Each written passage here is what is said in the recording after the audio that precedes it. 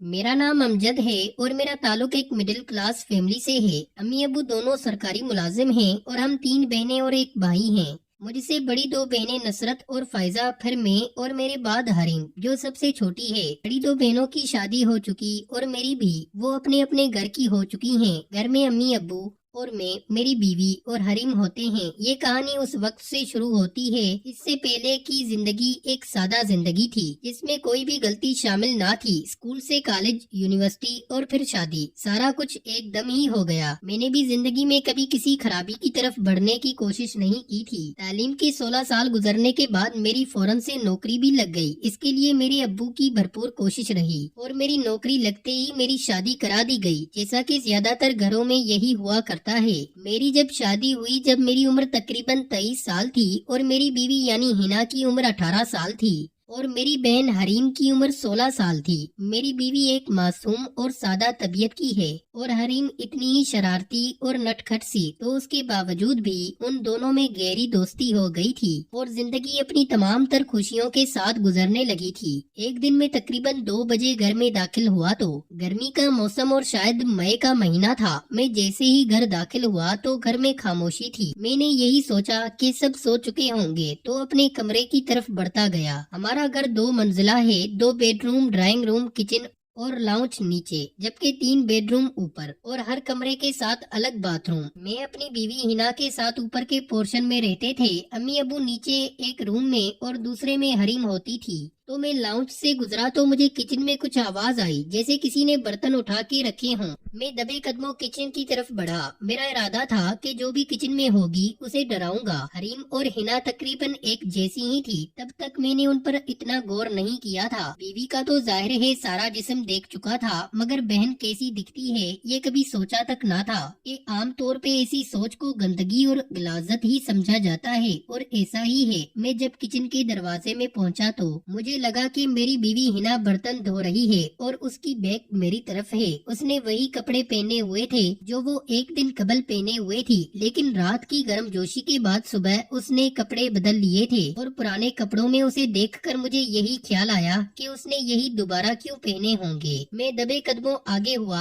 और हाथ को तेजी से उसके कूलों के दरमियान घुसा दिया। मैंने यही समझा था कि हिना ही होगी और मेरा हाथ लगने से वो पीछे मुड़ेगी तो उसे बाजुओं में भर लूंगा। लेकिन जैसे ही मेरा हाथ कूलों के दरमियान लगा, मुझे लम्हे के 1000वें हिस्से में ये इल्म हो गया कि ये कम से कम हिना नहीं है। इधर मेरा हाथ अपने कूलों में लगता महसूस करके जैसे ही उसकी मुंह से ओई की आवाज निकली और वो बिजली की तेजी से पीछे मुड़ी तो मैं तो जैसे काटो तो लहू नहीं, एकदम सख्त हैरान और परेशान हो गया। और वो भी क्योंकि वो हरीम थी। मुझे देखते ही उसका चेहरा भी सुर्ख हो गया और आंखें नीचे झुक गईं। मुझे तो कुछ समझ नहीं आ रही थी। हकलाते हुए मेरे मुंह से यही निकला, सॉरी सिस्टर, ये कपड़े तो हिना के थे। हम दोनों बहन भाई की हालत बहुत खराब हो चुकी थी। हरीम के तो हाथ पांव कांप रहे थे। हम दोनों खामोश खड़े थे कि समझ ही नहीं आ रही थी कि बात क्या की जाए। हरीम जमीन की तरफ देख रही थी और हौले हौले कांप रही थी। मैं भी पूरी तरह बौखला चुका था। मैंने फिर कहा, सॉरी हरीम, मुझे लगा कि हिना है क्योंकि कपड़े उसके थे। मैंने उसकी तरफ देखा, लेकिन हरीम ने आंखें जमीन पर रखते ही जवाब दिया, कोई बात नहीं भैया, लेकिन आप ये गौर कर लो कि हम में बहुत फर्क है, ये गलती फिर ना हो जाए। मैं हरीम की बात सुनकर बहुत शर्मिंदा हुआ और उसे सॉरी कहता हुआ तेजी से किचन से बाहर निकल गया। मैं इसी तरह बौखलाया हुआ ऊपर कमरे की तरफ भागा कि जैसे भूत देख लिया हो। कमरे में जैसे ही दाखिल हुआ तो हिना सो रही थी। उसे सोता देख के मैंने भी सुकून का सांस लिया और जूते उतार के जल्दी से बाथरूम में घुस गया। बाथरूम में घुसते ही मैंने अपने हाथ को देखा जिसे मैंने अनजाने में अपनी बहन के लम्स से आशना करवा दिया था। एक लम्हे के लिए मुझे अपने हाथ की उंगलियां शुक्रिया कहती नजर आईं, लेकिन अगले ही लम्हे जमीर साहब ने मेरी चित्रोल शुरू कर दी कि बगैरत इंसान, कुछ तो सोचते हुए भी सोचो। हरामी, क्या गंदी बात सोच रहे हो। और मैंने बौखला के हाथ कमर के पीछे कर लिया और फिर खुद ही अपनी इस हरकत पे बेबसी से हंस पड़ा। मेरी जिंदगी में ऐसा कुछ कभी किसी गैर से भी नहीं हुआ था जो मेरी हमाकत से सगी बहन के साथ हो गया था।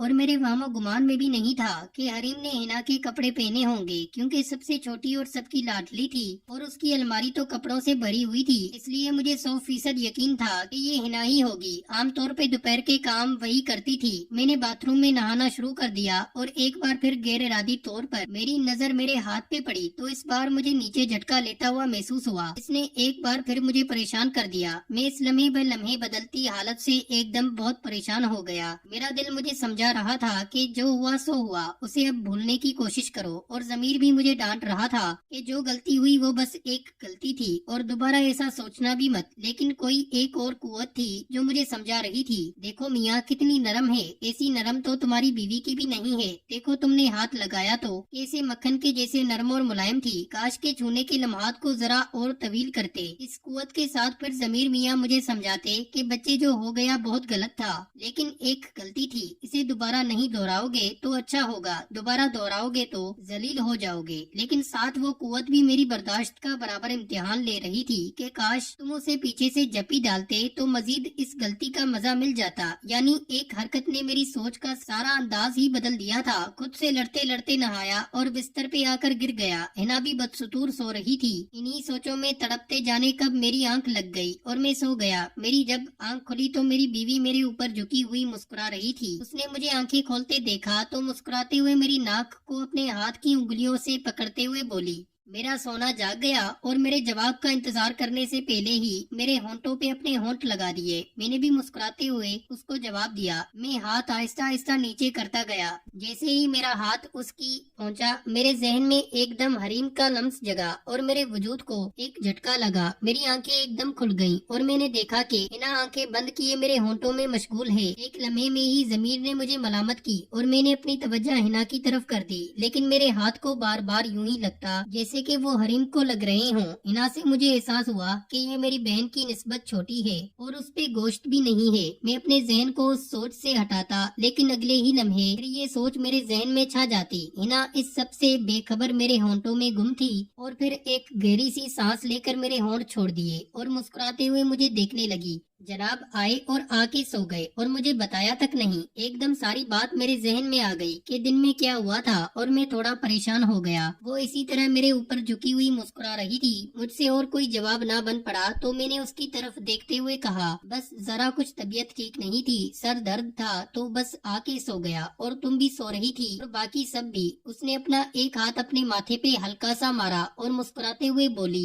चले उठे अब। इधर आपकी बहन साहिबा के सर में दर्द, इधर जनाब के सर में दर्द, और आपकी अम्मा ने शोर डाल रखा हुआ है कि दोनों को जगा के लाओ, चाय सब मिलकर पिए। ये एक नॉर्मल बात थी आम हालत में, लेकिन क्योंकि मेरे अंदर चोर था इसलिए हरीम के सर में दर्द का सुन के मैं अंदर से घबरा गया और हड़बड़ाकर ऊपर उठने की कोशिश की। लेकिन क्योंकि मेरे ऊपर हिना थी इसलिए मुकम्मल ऊपर ना हो सका। मैंने बौखलाहट में पूछा, हरीम को क्या हुआ है? मेरे इस तरह बौखलाने से हिना खिलखिला के हंस पड़ी और मेरे सर के नीचे से बाजू गुजारते हुए मुझे ऊपर उठाने लगी। मैंने भी उसका साथ दिया और उठ बैठा कि मेरी टांगे बेड पे लंबी थीं और वो मेरे गले में बाजू डाले अपनी टांगे नीचे लटकाए मेरी तरफ मुड़ी, मेरे गले से लगी हुई थी। हिना ने मुस्कुराते हुए कहा, उसे कुछ नहीं हुआ, बस यही सर दर्द का कह रही थी और यूँ छोटी छोटी बात पे परेशान ना हुआ करे जानू, और मुझे कस के गले से लगा लिया। मैंने भी जवाबन उसे झप्पी डाल ली और दिल में सोचा, जिस वजह से परेशान हूँ तुम्हें पता चले तो तुम्हारे भी होश उड़ जाएंगे। मैंने नॉर्मल होने के लिए उसके गाल को पप्पी की और उससे पहले के मजीद आगे बढ़ता वो उछल के पीछे को हो गई और हंसते हुए बोली, चले अब जल्दी से हाथ मुंह धो के नीचे पहुँचे,